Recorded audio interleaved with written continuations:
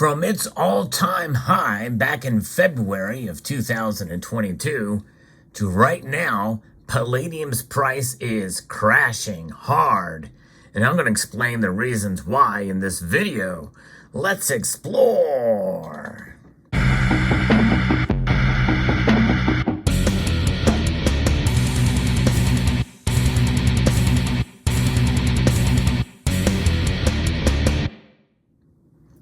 Palladium's price is dropping like a rock. Over the last year, it has been on a downward spiral. It's been an amazing thing to watch. Now, many of you watching this video may not really care about Palladium's price. In fact, to be honest with you, I really don't care a whole lot about it either. I got most of my Palladium when the price was much lower than it was before it's this climb that we saw. In fact, I remember getting some Palladium bars and rounds at around $267 an ounce.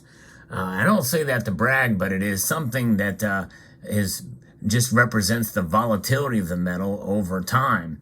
If you look at a long-term chart for Palladium, it's been all over the map.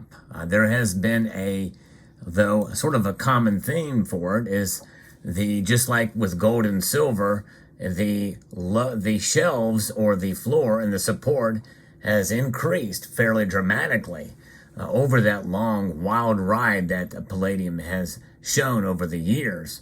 It's pretty remarkable to see when you think about it. But Palladium, like platinum, is a metal that is what I refer to as a sort of on the fringe of the precious metal groups. They're largely industrial metals, although as you can see here, there are coins made of Palladium, and there are bars that you can purchase as well, and you pay a very high premium above the asking price. The asking price for Palladium, by the way, is considerably higher than the bid price, and that spread tends to increase the more volatile the metal gets. And right now, as I record this video, both prices are well below $1,300. By the time you see this video, which is going to be hours from now, at the time of recording it, we could see it fall even more. In fact, the day that I'm recording this video, it fell over 2.5% in a single day.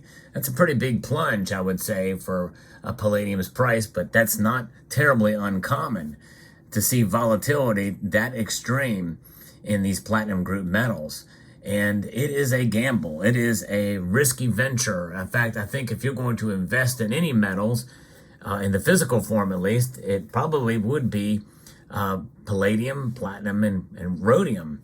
Rhodium is another metal that's taken quite a hit. More on that one later because I've got a huge lesson to teach with that metal.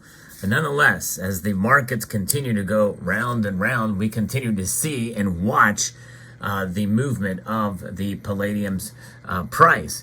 And that's something that's going to continue as we press on here. But I'm going to explain exactly why the metal is falling here today, here, and it's going to continue to fall, likely, probably through the course of time in this video. But if you like videos where I discuss the markets with precious metals, I not only talk about gold and silver, but I do talk about other metals as well, including at times base metals and exotic precious metals too. It's part of the appeal, I think, or it's part of the purpose of this channel. I don't want to be just limited to any particular metal. I think they're all interesting. I think there's lessons that can be learned with all of the metals out there. I think it's important to discuss, and I think it will help us as gold and silver stackers to understand some of these other metals. And by the way, I think it's a good idea to diversify. I've diversified with these pieces here in my stack and collection, and I think I've done fairly well with them considering the price that I paid for them. I'm still ahead, believe it or not, even though the price has fallen. But I don't just buy these metals to flip. But I think if you're going to flip any metals, in other words, you're going to try to sell at a profit, a healthy profit, palladium, platinum, and especially rhodium would be the metals to do that. And I could have done that with all of these metals. I choose not to do it for reasons that I've stated in prior videos, and I'll probably continue to talk about that why I do it and why you should not do that. But nonetheless, you can speculate. There's nothing wrong with speculating in the precious metal sector, even gold and silver. However, if you want to stack worry-free, then you don't speculate. You buy and hold, and you build your wealth in ounces. And you don't really want to do that with these metals, typically. That's why they're on the fringe. And this is exactly why I'm holding them on the fringe, because part of me likes the collectability of different metals, and palladium is an interesting metal as a catalyst with a density that is right between silver and platinum and gold, or silver and gold rather. Pretty interesting, pretty fascinating indeed to see that. But nonetheless, palladium prices are falling hard, even as the dollar kind of loses ground against some of the other rivals. But the industrial metal was pressured by the outlook, essentially, of oversupply, the predictive nature of oversupply coming in 2024. And it's interesting because this is what they're saying that's coming down the pike, and that's having a negative effect on palladium. And we've seen that kind of coming for a while, in spite of the what the LME has done, providing sanctions against the Nornickel company. The Russian Nornickel company expects that palladium market to undergo an oversupply of 300,000 ounces in 2024, compared to a deficit of 200,000 ounces in 2023. So you would think that that being the case, that the prices would be up this year, but they're continuing to fall this year. I think that's part and parcel to perhaps a lot of that palladium moving to places like China, which is a heavily industrial nation, which is producing. Of course, they're not producing quite as much now, but because they're still recovering from the pandemic and opening up. But likely they're going to be gobbling up probably a lot of palladium as they use it for catalysts for everything from automobiles to industry. So that'll be fascinating to see how that goes and how that ties in with this oversupply. Surplus of 300,000 ounces. Nornickel wasn't directly targeted by Western sanctions, according to this piece from economies.com, and alone it produces 40% of the global palladium supplies used to reduce exhaust fumes in cars. So it wasn't directly targeted, and I think that's why they can just sell to these other countries. However, LME, the London Metals Exchange, I think did sanction them. So any palladium that comes through that, which is, I guess, is separate, although there is got to be some tie industrially in that regard to the LME, London Metals Exchange. Nornickel said the automotive industry, which utilizes 80% of global palladium supplies, is slowly recovering after COVID-19 and the supply shocks of 2020 and 2021, with demand expected to grow on the metal by 1% this year. Not enough to gobble up that supply, I guess. The major corporations, which experienced a drop of 16% in its net profits this year, expects a global palladium deficit of 300,000 ounces in 2023. But yet the price continues to fall because of what is speculated to happen in 2024. That's quite fascinating. We'll see how that all plays out, but that's kind of where it is. And we've seen a pretty steady decline. And if you look at a chart, again, going back through the course of the last couple of years, you can see the last big spike was back in around April of 2021, when it got just over $3,000 an ounce, and then of course back in February of 2022. So it's interesting, but nowhere near there now. It's dropped dramatically like a stone, and so we'll see how it plays out. It's fascinating to watch these markets, but it's one of those things where I've always said that people ask me, palladium is going up. It's $3,000. You think it's going to go higher? I'm like, I wouldn't. It possibly could go higher. And they say, well, should I buy? And I'm like, no, you should not buy. I think it's very much a gamble, and because it didn't stay up that high for that long.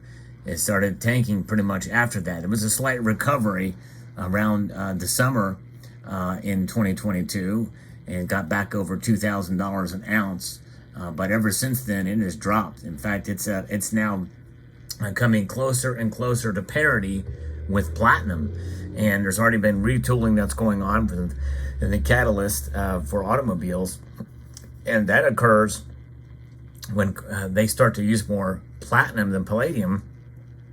And then you are going to see, certainly, it reach parity and platinum start to rise. I've always been kind of a platinum bull for that reason. Platinum, I think, is probably a better catalyst, although they say palladium is better for gasoline engines and platinum is better for diesel. But diesel's kind of, you don't really see a whole lot of diesel other than trucks and that type of thing these days. Of course, everything moving more towards EV. It makes you wonder how that technology is going to evolve. They've got to do some major overhaul to get the batteries to become more efficient. And I just don't think we're there yet, which means that gasoline-powered vehicles and diesel-powered vehicles, at least to some degree, are going to be around for quite some time. But nonetheless, palladium is certainly suffering right now. And you may ask yourself, or ask me this question, should I buy palladium now? And it may not be a bad idea to consider it as a sort of diversification tool outside. I think the price is closer. The spread is not too large between, it's about $60 between bid and ask price. That's something important to look at, by the way, because that means you're not going to get as much back for your palladium when you go to sell it. But it may not be a bad idea to consider it if the premium is right. And premiums on palladium products, I've not checked recently, but my guess is they're still pretty high. So take that into consideration. But nonetheless, it's a metal that I'm not actively really buying right now. I do have one piece I'd like to get to complete a collection, and that is the actual reverse proof 2019 reverse proof Palladium Eagle. Is the only one I'm missing from the 3 different finishes that are alternating that US Mint provides. Other than that, I'm kind of just staying away from palladium here for a while, but nonetheless, you can see how thick these pieces are. And kind of interesting and fascinating. This is a high relief Palladium Eagle, and this is a Palladium Maple Leaf here, and from 2015, which was the first year that they provided the Palladium Maple Leaf with all the security features that are on the silver and gold. So it's a very special year and a special piece in the collection. So there you have it. Let me know what your thoughts are in the comment section down below. Hope you found this video entertaining, exciting, educational, and informative. And I would like to extend a multitude of gratitude to you all for taking the time to watch.